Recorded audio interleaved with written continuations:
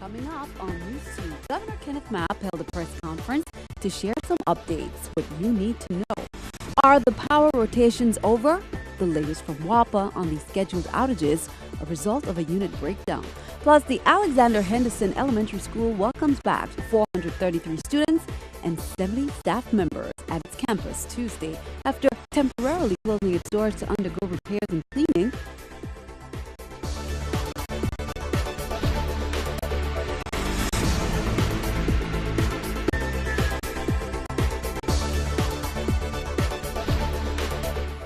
Hello, welcome. Thanks for joining us on this edition of NEWS2. I'm Sandra Gumansing. Topping our newscast, Governor Kenneth Mapp held a press conference Wednesday to introduce two additional members of his cabinet. He named the heads of health and property and procurement and outlined their expectations. NEWS2's Erica Parsons has more. Governor Mapp welcomed two new cabinet members to his administration Wednesday. I'd like to welcome you to the Mapp-Potter administration.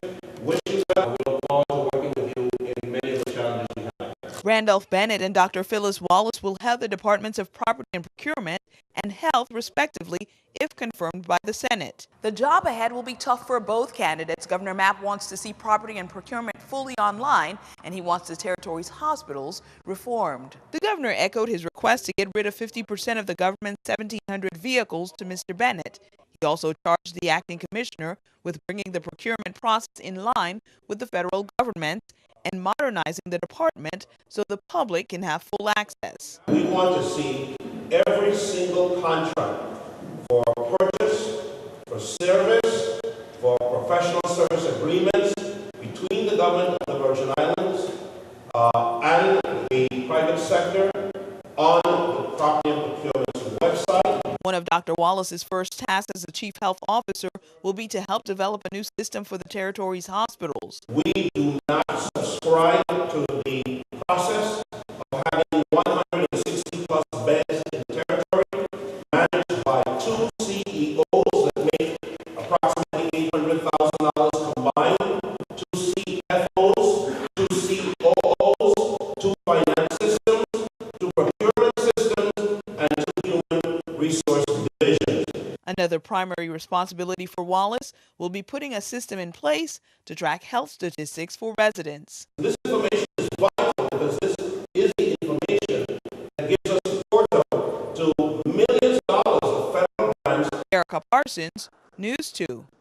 Commissioner Designee Bennett is a St. Thomas native who has a federal government background, most recently with the U.S. Department of State. Dr. Wallace is also a St. Thomas native with years of experience in the VI's health department. Well, Virgin Islands Water and Power Authority announces tentative electrical service interruptions to small sections of St. Thomas feeders for this evening, Wednesday evening. These outages will only be employed if the demand for power surpasses the generating capacity of the power plant. The shortfall of generation capacity is a result of two generators, they say, undergoing repairs following weekend's incidents. Personnel continued work Wednesday to make repairs to generating units 15 and 23, which experienced failures over the weekend. By late this afternoon, repairs were being wrapped up and testing of the units was expected to begin by Wednesday night. Service interruptions will be performed on 2-hour intervals. This evening's tentative rotation schedule is as follows: from 6 p.m. to 8 p.m., sections of feeder 7A, 8 p.m. to 10 p.m., sections of feeder 6A, 10 p.m. to 12 a.m., sections of feeder 7C, 8B, 9C, and then 12 a.m. to 2 a.m., sections of feeder 7D. The authority apologizes for any inconvenience caused by these emergency interruptions and will do their best to minimize the inconvenience to customers from WAPA. Senator Terrence Nelson and a contingent of about 10 people will be out of the territory for the next few weeks. The group will visit state officials in Washington State and Colorado to learn more about the medicinal marijuana industry. No other senators are taking the trip with Nelson, but some have sent representatives. Nelson said the group includes people from the private sector and at least one member of the media. I think it has really grown into just that, a transparent trip. We're going there to see what the industry looks like. As a matter of fact, I leave today to go to a reparations meeting in New York in the United Nations, and that's we're going to head on to Washington and then Colorado. I'm very looking forward to it, to seeing what the industry holds, seeing what it looks like on ground, so that as we move forward, we can avoid the pitfalls.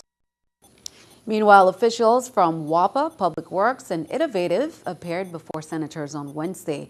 The Senate Committee on Energy and Environmental met to consider several bills, one of them being a measure that would require Public Works to notify the public and the utilities before evacuation projects take place.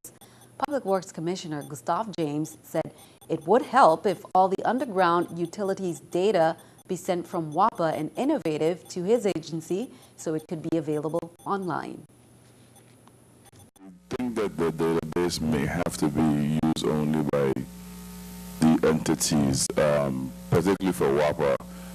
We're under Homeland Security, and I believe that public access to drawings with transmission and distribution systems show where the system is vulnerable, maybe frowned upon by Homeland Security, but we will have no problem providing Public Works and those users the database. I agree 100%. I think that there are some security issues in terms of communications, cybersecurity for us, but I think the biggest thing is I don't think the entire public needs to have it. They need to be informed. Henderson Elementary School reopened this week after being closed for more than a month. Education officials said students and staff returned Tuesday to its Concordia campus. The school was temporarily closed, as you may remember, at the end of February after students and staff members complained of itchy skin. The Department of Education brought in a contractor who did repairs to remove roughly 65,000 square feet of fiberglass and replace ceiling tiles. The contractor also fixed minor cracks found on the roof and did a thorough cleaning of the school. According to officials, there was no evidence of any mold found. The students were spread between 4 schools while repairs were made. Vaughn Bailey, 24, of St. Croix, pleaded guilty Tuesday, April 7th in District Court on St. Croix to one count of unlawfully mailing a firearm. Bailey admitted that on May 26, 2014, United States Customs and Border Protection intercepted a package shipped from outside the U.S. Virgin Islands containing a .40 caliber pistol, a magazine, and a Smith & Wesson AR-15 lower receiver with an obliterated serial number. Agents traced the delivery to Bailey's residence. He admitted that he was responsible and he owned the package. He faces a maximum sentence of 2 years in prison and a $250,000 fine. Sentencing is August 6, 2015.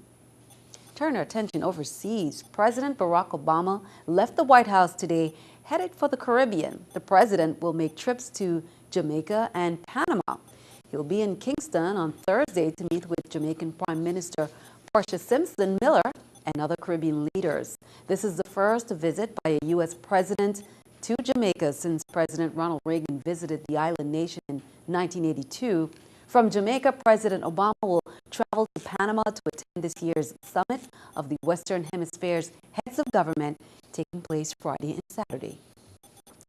Keeping our eye on the economy, here's a look at the New York Stock Exchange with our Stock Market Watch. The Dow, NASDAQ, S&P all up. The Dow 27, NASDAQ 40, S&P 5. Coming up on NEWS2, get your calendar out. We will share the carnival lineup coming up beginning this weekend. We'll be right back.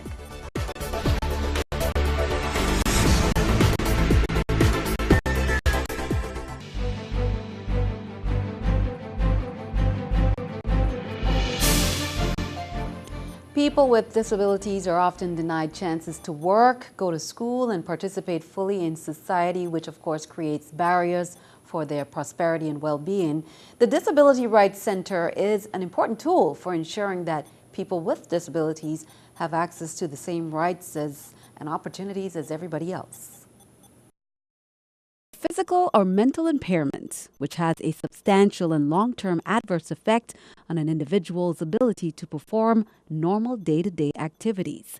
That's the definition of a disability.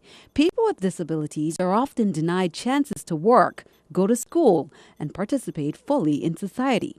That's where the Disability Rights Center of the Virgin Islands comes in. And this is not just a Virgin Islands problem and a United States problem, but it's really a worldwide problem because people with disabilities are the largest minorities on earth. They are the only territory-wide advocacy organization established by Congress that provides legal services to eligible persons with disabilities in the U.S. Virgin Islands since October 1977. There are a total of 57 protection and advocacy organizations for each state and territory of the United States. If there's one case but it's reflective of a systemic problem, we try to address those, and like in 1998 to 1999, Disability Rights Center filed 26 cases in the Virgin Islands to bring awareness about the change in the law, and they were all accessibility, whether or not a person with a disability can get into a bank, drugstores. We had sued the cinemas. There are a total of 57 protection and advocacy organizations for each state and territory of the United States. DRCVI is a member of the National Disability Rights Network. Coming up on April 20th, it's the VI USET Autism Conference at UVI on St. Croix. Then on the 22nd, the conference will be held on St. Thomas, also at UVI. Now on the 28th on St. Thomas and the 30th on St. Croix, trainings will be held on effective treatment for problem behaviors. A forum is planned to help parents improve reading and literacy skills in special needs children. Renee Charleswell, who's the State Director of the Office of Special Education, is inviting parents of kindergarten to 12 with special needs in the St. Thomas St. John District to a parent forum. That's on Monday, April 13th from 5:30 p.m. to 7 p.m. at the Curriculum Center in Estate Tutu. Organizers say the forum will give parents of students with special needs an opportunity to discuss ways to improve reading, literacy outcomes for our students. Light refreshments will be served. Well, St. Thomas's Carnival celebration, of course, has kicked off, and it continues until May 2nd. This year's theme is Culture to the Extreme, VI Carnival 2015, submitted by Carmen Figueroa. On February 11th, the Princess and Queen contestants were presented. Now, the Princess Selection Show is coming up on Sunday, April 12th at the Lionel Roberts Stadium at 5 p.m. And here are the contestants. They are Takara Wharton, 11 years of age, representing Lockhart. Contestant number 2, Jasonique Roberts, 10 years of age, representing Alamulla. Contestant number 3, Tayel Gift, 9 years of age, representing the Gladys Abraham School. Now, next weekend, it's the Queen Selection Show, Saturday, April 18th, 8 p.m. And here are your Queen contestants. Monica Thomas, contestant number 1, 12th grader at CAHS. Candace Leonard, contestant number 2, 12th grader at Ivana Eudora High School. Sequoia George, contestant number 3, 12th grader at CAHS. And Abyssinia Hodge, contestant number 4, 12th grader at CAHS. Now, the young ones will be hitting the red carpet for the Toddlers Derby. That returns Sunday, April 19th at 5 p.m. That event also includes the Best Dressed Doll competition and the traditional games at the Lionel Roberts Stadium. On April 20th, the Roy Lester Schneider Hospital's lobby area will be transformed for the annual pre-carnival celebration at 6 p.m. Well, as we mentioned, it's Public Health Awareness Week. You may be ready to launch into your spring cleaning. Be careful, they say. Many household cleaners contain hazardous chemicals. But Consumer Report says there are safer options. Here's a Consumer Report. Do you know what's inside the cleaner you use to wash windows and glass, kitchens and bathrooms? Consumer Report says some ingredients are dangerous. Urvashi Rangan, Director of Consumer Safety and Sustainability, offers advice to help you choose the safest. Regular household cleaning shouldn't require harsh chemicals. You should stay away from antibacterials like dimethylbenzyl ammonium chloride. These chemicals may help promote antibiotic-resistant bacteria. That harsh chemical can be found in Scrubbing Bubbles heavy-duty all-purpose cleaner and some types of Clorox disinfecting wipes. Better choices include Clorox Greenworks all-purpose cleaner, which did well in Consumer Report's Tough Mess test. Also, consider Clorox Healthcare Bleach germicidal wipes, a good option for occasional disinfecting, like when there's a cold or flu around. As for your bathroom, be aware that toilet bowl cleaners can harbor some of the most dangerous chemicals in your house. Products such as Lysol Power Toilet Bowl Cleaner Complete Clean contain hydrochloric acid, which can burn your eyes and skin. For a safer option, select a cleaner without hydrochloric acid, like 7th Generation Natural Toilet Bowl Cleaner, which did well in Consumer Reports tests. Spring cleaning means washing windows and making glass sparkle, but be careful with ammonia. It can potentially damage your eyes or lungs. Instead, try a glass cleaner that's ammonia-free, like Staples Sustainable Earth Glass Cleaner, a better bet. This is Helen Johnson. And remember, if you suspect poison, be sure to call the Poison Control Center, and reps are presently in the territory for Public Health Week, presenting some forums. Well, be sure to stick around. Your News 2 AccuWeather forecast comes your way next.